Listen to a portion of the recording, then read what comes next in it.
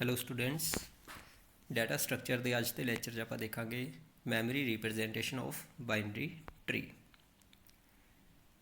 ਸੋ binary tree ਆਪਾਂ ਨੂੰ ਪਤਾ ਹੈ ਕੀ ਹੈ ਕਿ ਬਾਈਨਰੀ ਟਰੀ ਕੀ ਹੁੰਦਾ ਹੈ, ਜਿਸ 'ਚ ਮੈਕਸਿਮਮ ਨੰਬਰ ਆਫ ਚਾਈਲਡ ਕੀ ਹੋ ਸਕਦੇ ਨੇ, 2 ਹੋ ਸਕਦੇ ਨੇ। ਮਤਲਬ ਕਿਸੇ ਵੀ ਨੋਡ ਦੇ ਜਿਹੜੇ ਚਾਈਲਡ ਨੇ ਉਹ ਜਾਂ ਤਾਂ 0 ਹੋਣਗੇ ਜਾਂ 1 ਜਾਂ ਫਿਰ 2 ਤੋਂ ਜ਼ਿਆਦਾ ਚਾਈਲਡ ਨਹੀਂ ਹੋ ਸਕਦੇ। ਸੋ ਇਸ ਕਰਕੇ ਇੱਦਾਂ ਦੇ ਟਰੀ ਨੂੰ ਆਪਾਂ ਕੀ ਬੋਲਦੇ ਹਾਂ, ਬਾਈਨਰੀ ਟਰੀ। ਸੋ ਬਾਈਨਰੀ ਟਰੀ ਨੂੰ ਹੁਣ ਮੈਮਰੀ 'ਚ ਕਿਵੇਂ ਰਿਪਰੈਜ਼ੈਂਟ ਕਰਦੇ ਹਾਂ। ਸੋ ਮੈਮਰੀ 'ਚ ਰਿਪਰੈਜ਼ੈਂਟ ਕਰਨ ਲਈ ਬਾਈਨਰੀ ਟਰੀ ਦੇ ਦੋ ਮੈਥਡ ਯੂਜ਼ ਕਰਦੇ ਹਾਂ ਆਪਾਂ, that R link representation and array representation.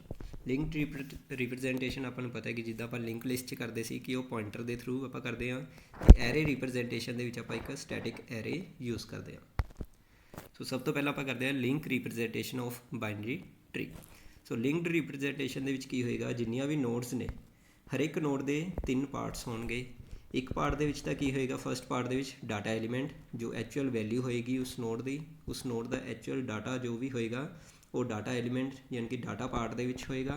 ਅਤੇ ਇਹਦੇ ਨਾਲ ਹੀ ਦੋ ਪਾਰਟਸ ਹੋਰ ਹੋਣਗੇ, ਉਹਨਾਂ ਦੋਨਾਂ ਦੇ ਵਿੱਚ ਕੀ ਹੋਣਗੇ, ਪੁਆਇੰਟਰਸ। ਇੱਕ ਰਾਈਟ ਚਾਈਲਡ ਦਾ ਪੁਆਇੰਟਰ ਹੋਏਗਾ ਅਤੇ ਇੱਕ ਲੈਫਟ ਚਾਈਲਡ ਦਾ ਪੁਆਇੰਟਰ ਹੋਏਗਾ। ਜਿਵੇਂ ਲਿੰਕ ਲਿਸਟ 'ਚ ਹੁੰਦਾ ਸੀ, ਲਿੰਕ ਲਿਸਟ ਦੇ ਵਿੱਚ ਆਪਾਂ ਇੱਕ ਡਾਟਾ ਐਲੀਮੈਂਟ ਯੂਜ਼ ਕਰਦੇ ਸੀ ਅਤੇ ਇੱਕ ਪੁਆਇੰਟਰ ਯੂਜ਼ ਕਰਦੇ ਸੀ। ਉਸ 'ਚ ਜਿਹੜਾ ਇੱਕ ਪੁਆਇੰਟਰ ਹੁੰਦਾ ਸੀ ਉਹ ਨੈਕਸਟ ਨੋਡ ਨੂੰ ਪੁਆਇੰਟ ਕਰ ਰਿਹਾ ਹੁੰਦਾ ਸੀ। ਬਟ ਇੱਥੇ ਹੁਣ ਬਾਈਨਰੀ ਟਰੀ ਦੇ ਵਿੱਚ ਕੀ ਹੈ, ਜਿਹੜੀ ਨੋਡ ਹੈ ਉਹਦੇ 3 ਪਾਰਟਸ ਹੋਣਗੇ। ਇੱਕ ਦੇ ਵਿੱਚ ਡਾਟਾ ਐਲੀਮੈਂਟ ਹੋਏਗਾ ਅਤੇ 2 ਪਾਰਟਸ ਦੇ ਵਿੱਚ ਪੁਆਇੰਟਰਸ ਹੋਣਗੇ। ਇੱਕ ਪਾਰਟ ਲੈਫਟ ਚਾਈਲਡ ਨੂੰ ਪੁਆਇੰਟ ਕਰ ਰਿਹਾ ਹੈ ਅਤੇ ਦੂਸਰਾ ਪਾਰਟ ਰਾਈਟ ਚਾਈਲਡ ਨੂੰ ਪੁਆਇੰਟ ਕਰ ਰਿਹਾ ਹੋਏਗਾ।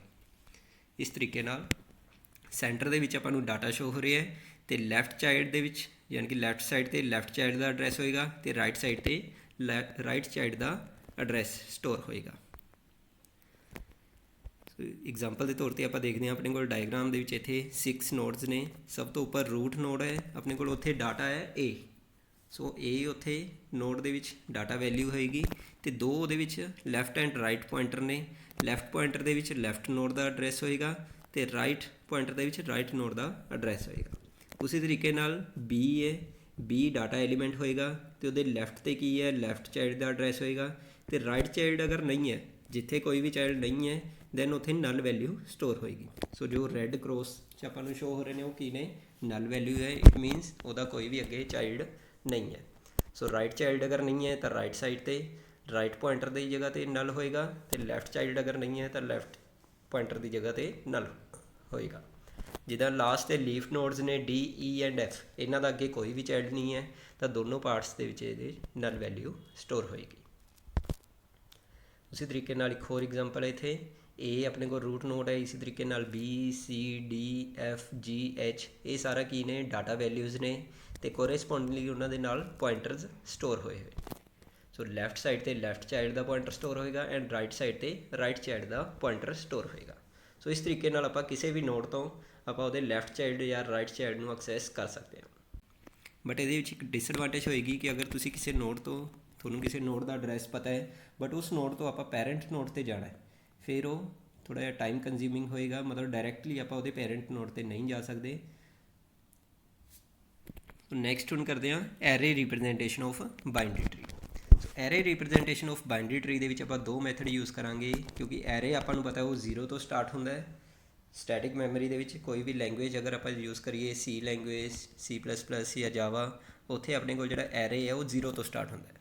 ਬਟ ਜਦੋਂ ਆਪਾਂ ਡਾਟਾ ਸਟਰਕਚਰ ਦੀ ਗੱਲ ਕਰ ਰਹੇ ਹਾਂ ਤਾਂ ਉੱਥੇ ਆਪਾਂ ਐਰੇ ਨੂੰ 0 ਤੋਂ ਵੀ ਸਟਾਰਟ ਕਰ ਸਕਦੇ ਹਾਂ ਜਾਂ ਫਿਰ 1 ਤੋਂ ਵੀ ਸਟਾਰਟ ਕਰ ਸਕਦੇ ਹਾਂ। ਸੋ ਇਸ ਤਰੀਕੇ ਨਾਲ ਅਗਰ ਆਪਣੇ ਕੋਲ ਕਿਸੇ ਟਰੀ ਦੇ ਵਿੱਚ 10 ਨੋਡਸ ਨੇ ਜਾਂ ਕਹਿ ਸਕਦੇ ਹਾਂ n ਨੰਬਰ ਆਫ ਨੋਡਸ ਨੇ ਤਾਂ ਉਹਨੂੰ ਆਪਾਂ ਦੋ ਤਰੀਕੇ ਨਾਲ ਸਟੋਰ ਕਰ ਸਕਦੇ ਹਾਂ। ਜਾਂ ਤਾਂ 0 ਤੋਂ ਸਟਾਰਟ ਕਰਾਂਗੇ, ਅਗਰ 0 ਤੋਂ ਸਟਾਰਟ ਕਰ ਰਹੇ ਹਾਂ ਤਾਂ 0 to n-1, ਅਗਰ 1 ਤੋਂ ਸਟਾਰਟ ਕਰ ਰਹੇ ਹਾਂ ਤਾਂ 1 to n।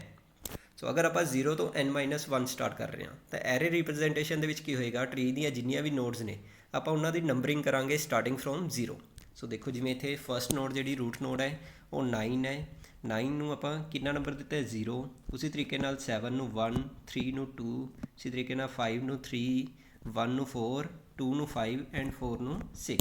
ਸੋ ਇਸ ਤਰੀਕੇ ਨਾਲ ਪਹਿਲਾਂ ਆਪਾਂ ਉਹਨਾਂ ਦੀ ਨੰਬਰਿੰਗ ਕਰਾਂਗੇ, ਦੈਨ ਉਹਨਾਂ ਦੀ ਨੰਬਰਿੰਗ ਦੇ ਅਕੋਰਡਿੰਗ ਉਹਨਾਂ ਨੂੰ ਪਰਟੀਕੂਲਰ ਇੰਡੈਕਸ ਦੇ ਉੱਤੇ ਡਾਟਾ ਸਟੋਰ ਕਰਾਂਗੇ। ਸੋ ਨੀਚੇ ਜੋ ਆਪਾਂ ਨੂੰ ਸ਼ੋ ਹੋ ਰਿਹਾ ਇਹ ਐਰੇ, ਉੱਥੇ ਕੀ ਆਪਾਂ ਪਰਟੀਕੂਲਰ ਡਾਟਾ ਸਟੋਰ ਕਰ ਰਹੇ ਹਾਂ। ਸੋ 0 ਇੰਡੈਕਸ ਦੇ ਉੱਤੇ 9 ਵੈਲਿਊ ਸਟੋਰ ਹੋ ਗਈ, 1 ਇੰਡੈਕਸ ਦੇ ਉੱਤੇ 7 ਵੈਲਿਊ ਸਟੋਰ ਹੋ ਗਈ, 2 ਇੰਡੈਕਸ ਦੇ ਉੱਤੇ 3 ਵੈਲਿਊ ਸਟੋਰ ਹੋ ਗਈ ਐਂਡ ਸੋ ਔਨ। ਉਸੇ ਤਰੀਕੇ ਨਾਲ ਅਗਰ ਆਪਾਂ 1 ਤੋਂ ਸਟਾਰਟ ਕਰਦੇ ਹਾਂ ਤਾਂ ਇੱਥੇ ਹੁਣ ਦੇਖੋ ਆਪਣੇ ਕੋਲ ਡਾਟਾ ਵੈਲਿਊਜ਼ ਨੇ A B C D E and F। ਸੋ ਆਪਾਂ ਇਹਨਾਂ ਨੂੰ ਪਹਿਲਾਂ ਨੰਬਰਿੰਗ ਦਿੱਤੀ ਹੈ 1 2 3 4 5 ਐਂਡ 6। ਸੋ ਕੋਰਸਪੋਂਡਿੰਗਲੀ ਆਪਾਂ ਉਹਨਾਂ ਨੂੰ ਐਰੇ ਦੇ ਵਿੱਚ ਸਟੋਰ ਕਰਵਾ ਰਹੇ ਹਾਂ। 1 ਦੇ ਉੱਤੇ A ਸਟੋਰ ਕਰਵਾਇਆ ਹੈ, 2 ਦੇ ਉੱਤੇ B ਸਟੋਰ ਕਰਵਾਇਆ ਹੈ, 3 ਦੇ ਉੱਤੇ C ਸਟੋਰ ਕਰਵਾਇਆ ਹੈ, 4 ਦੇ ਉੱਤੇ D and so. So next ਆਏਗੀ ਅਗਰ ਆਪਾਂ 0 to n-1 ਸਟੋਰ ਕਰਵਾ ਰਹੇ ਹਾਂ ਤਾਂ ਉੱਥੇ ਕੀ ਹੈ, ਜਿਹੜਾ ਪੈਰੈਂਟ ਨੋਡ ਹੈ, ਅਗਰ ਆਪਾਂ ਨੂੰ ਸਪੋਜ਼ ਕੋਈ ਵੀ ਪੈਰੈਂਟ ਨੋਡ ਗਿਵਨ ਹੈ ਕਿ ਉਹ ਇੰਡੈਕਸ P ਦੇ ਉੱਤੇ ਸਟੋਰ ਹੈ ਤਾਂ ਉਹਦੇ ਜਿਹੜਾ ਲੈਫਟ ਚਾਈਲਡ ਹੋਏਗਾ ਉਹ ਸਟੋਰ ਹੋਏਗਾ 2 into P+1 ਇੰਡੈਕਸ ਦੇ ਉੱਤੇ ਐਂਡ ਰਾਈਟ ਚਾਈਲਡ ਜਿਹੜਾ ਸਟੋਰ ਹੋਏਗਾ ਉਹ 2 into P+2 ਇੰਡੈਕਸ ਦੇ ਉੱਤੇ ਸਟੋਰ ਹੋਏਗਾ। ਅਗਰ ਆਪਾਂ ਐਗਜ਼ਾਮਪਲ ਦੇ ਤੌਰ ਤੇ ਲਈਏ, ਜਿੱਦਾਂ ਕਿ ਰੂਟ ਨੋਡ ਆਪਾਂ ਨੂੰ ਪਤਾ ਹੈ ਕਿੱਥੇ ਸਟੋਰ ਹੋਈ ਹੈ 0 ਤੇ, ਸੋ ਉਹਦਾ ਲੈਫਟ ਚਾਈਲਡ ਕਿੱਥੇ ਸਟੋਰ ਹੋਏਗਾ 1 ਦੇ ਉੱਤੇ ਐਂਡ ਰਾਈਟ ਚਾਈਲਡ ਸਟੋਰ ਹੋਏਗਾ 2 ਦੇ ਉੱਤੇ। ਇਹ ਕੋਰਸਪੋਂਡਿੰਗਲੀ ਇਸੀ ਫਾਰਮੂਲੇ ਦੇ ਅਕੋਰਡਿੰਗ ਹੈ ਕਿ 2 into P+1 and 2 into P+2। Similarly ਅਗਰ ਆਪਾਂ ਦੇਖੋ ਜਿਹੜੀ 3 ਨੋਡ ਹੈ ਉਹ ਕਿਹਦੇ ਉੱਤੇ ਸਟੋਰ ਹੋਈ ਹੋਈ ਹੈ 2 ਦੇ ਉੱਤੇ, ਤਾਂ ਹੁਣ ਉਹਦਾ ਅਗਰ ਲੈਫਟ ਚਾਈਲਡ ਦੇਖੀਏ ਜਿਹੜਾ ਕਿ 2 ਹੈ ਉਹ ਕਿੱਥੇ ਸਟੋਰ ਹੋਏਗਾ 2 into 2+1 ਦੈਟ ਇਜ਼ 5 ਦੇ ਉੱਤੇ, ਤੇ ਰਾਈਟ ਚਾਈਲਡ ਸਟੋਰ ਹੋਏਗਾ ਉਹਦਾ 6 ਦੇ ਉੱਤੇ। ਸੋ ਇੱਥੇ ਆਪਾਂ ਨੇ ਇਹ ਫਾਰਮੂਲਾ ਯਾਦ ਰੱਖਣਾ ਹੈ ਕਿ 2 into P+1 ਦੇ ਉੱਤੇ ਲੈਫਟ ਚਾਈਲਡ ਸਟੋਰ ਹੋਏਗਾ ਐਂਡ 2 into P+2 ਦੇ ਉੱਤੇ ਰਾਈਟ ਚਾਈਲਡ ਸਟੋਰ ਹੋਏਗਾ।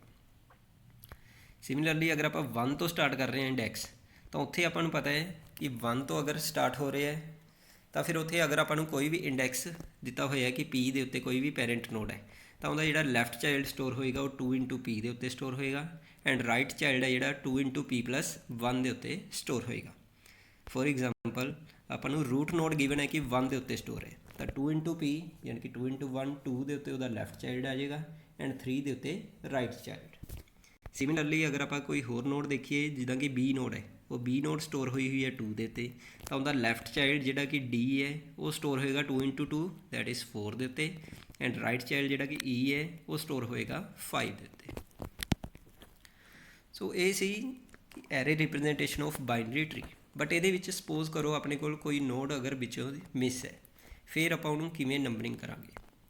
ਤਾਂ ਉਹਦੇ ਲਈ ਕੀ ਹੋਏਗਾ, ਜਿੱਦਾਂ ਕਿ ਆਪਾਂ ਨੂੰ ਇੱਥੇ ਇੱਕ ਬਾਈਨਰੀ ਟਰੀ ਗਿਵਨ ਹੈ ਜਿਹਦਾ ਰੂਟ ਨੋਡ ਹੈ D, ਉਸੇ ਤਰੀਕੇ ਨਾਲ ਇਹਦੇ ਵਿੱਚ ਹੋਰ ਵੀ ਨੋਡਸ ਗਿਵਨ ਨੇ E Y H T K S B and J। ਤਾਂ ਇਹ ਵਾਲੇ ਬਾਈਨਰੀ ਟਰੀ ਨੂੰ ਪਹਿਲਾਂ ਆਪਾਂ ਕਨਵਰਟ ਕਰਾਂਗੇ ਫੁੱਲ ਬਾਈਨਰੀ ਟਰੀ ਦੇ ਵਿੱਚ। ਸੋ ਇਹਨੂੰ ਪਹਿਲਾਂ ਆਪਾਂ ਫੁੱਲ ਬਾਈਨਰੀ ਟਰੀ 'ਚ ਕਨਵਰਟ ਕਰਾਂਗੇ, ਯਾਨੀ ਕਿ ਜਿੱਥੇ ਜਿੱਥੇ ਉਹਦਾ ਲੈਫਟ ਜਾਂ ਰਾਈਟ ਚਾਈਲਡ ਨਹੀਂ ਹੈ ਉਹਨਾਂ ਨੂੰ ਆਪਾਂ ਕੰਪਲੀਟ ਕਰਾਂਗੇ ਅਤੇ ਉੱਥੇ ਉਹਨਾਂ ਨੂੰ ਇੱਕ ਵਾਰੀ ਐਮਪਟੀ ਛੱਡ ਦਾਂਗੇ, ਜਿਸ ਤਰ੍ਹਾਂ ਕਿ ਆਪਾਂ ਨੂੰ ਡਾਇਗਰਾਮ 'ਚ ਸ਼ੋ ਹੋ ਰਿਹਾ ਹੈ। E ਦਾ ਰਾਈਟ ਚਾਈਲਡ ਨਹੀਂ ਸੀ, ਸੋ ਆਪਾਂ ਉਹਦਾ ਰਾਈਟ ਚਾਈਲਡ ਕ੍ਰੀਏਟ ਕੀਤਾ, ਦੈਨ ਉਹਦੇ further left end right child create ਕੀਤੇ।